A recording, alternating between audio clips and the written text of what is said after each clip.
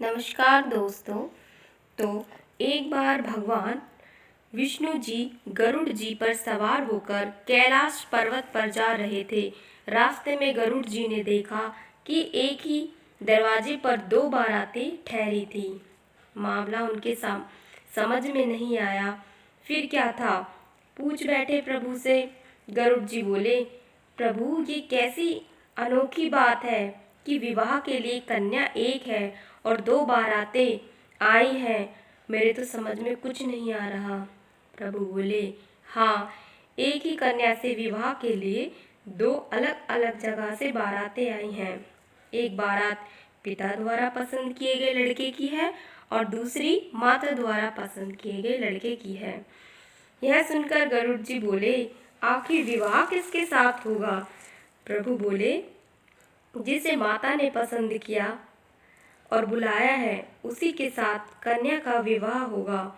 भगवान की बात सुनकर गरुड़ जी चुप हो गए और भगवान को कैलाश पहुंचाकर कौतूहलवश पुनः वापस उसी जगह पर आ गए जहां दोनों बारातें ठहरी थी। गरुड़ जी ने मन में विचार किया कि यदि मैं माता के बुलाए वर को यहाँ से हटा दूं तो कैसे विवाह संभव होगा। फिर क्या था, उन्होंने भगवान के विधान को देखने की जिज्ञासा के लिए तुरंत ही उस वर को उठाया और ले जाकर एक समुद्र के टापू पर छोड़ दिया। ऐसा कर गरुड़ जी थोड़ी देर भी नहीं ठहरे थे कि उनके मन में विचार आया कि मैं तो इस लड़के को यहाँ उठा लाया हूँ, पर यहाँ तो खाने पीने की कोई व्यवस्था ही नहीं। ऐसे में इस निर्जन टापू पर तो ये भूखा ही मर जाएगा और वहाँ सारी बारात 56 भोग का आनंद लेगी। यह बिल्कुल उचित नहीं। इसका पाप अवश्य ही मुझे लगेगा। मुझे इसके लिए भी खाने का इंतज़ाम करना होगा।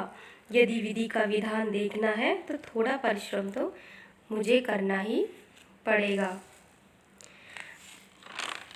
और ऐसा विचार करके वे उसी स्थान पर फिर से आ गए।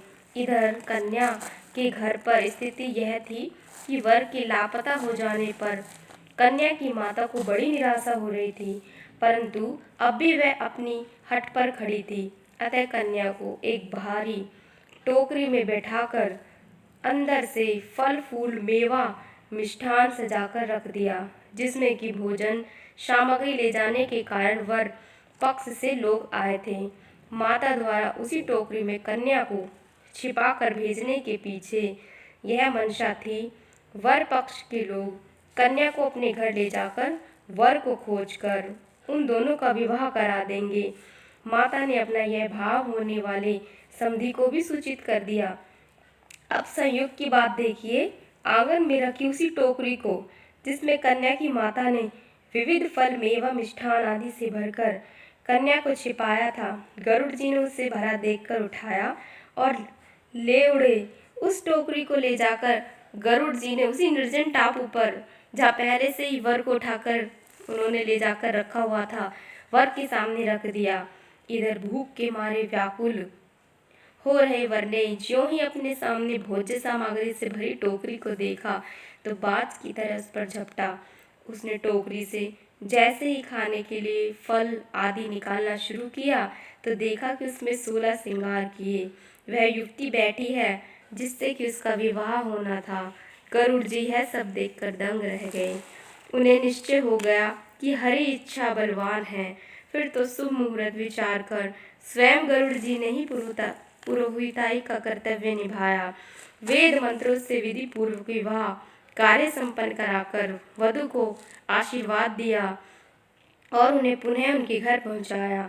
तत्पश्चात प्रभु के पास आकर सारा वृतांत सुनाया और प्रभु पर अधिकार समझकर झुंझलाकर बोले, प्रभु आपने अच्छी लीला करी, सारा विवाह कार्य हमें से करा लिया।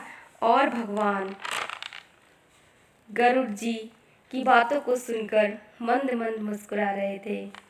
तो दोस्तों, इसीलिए कहते हैं कि भगवान की लीला के बिना इस संसार में एक पत्ता भी इधर से उधर नहीं होता है। भगवान की इच्छा से ही इस संसार के सभी कार्य जो है सुगमता पूर्वक चलते हैं, विधि का विधान होता है और नारायण ये सभी कार्य को पहले से ही उन्होंने लिखा हुआ है, उन्हीं के द्वारा ही ये संसार चलता है। तो आपने मेरी वीडियो को पूरा देखा दोस्तों, उसके लिए धन्यवाद। और चैनल पर नए हो तो कृपा करके चैनल को सब्सक्राइब कर लेना, ऐसे ही आपको कहानियाँ मिलती रहेंगी।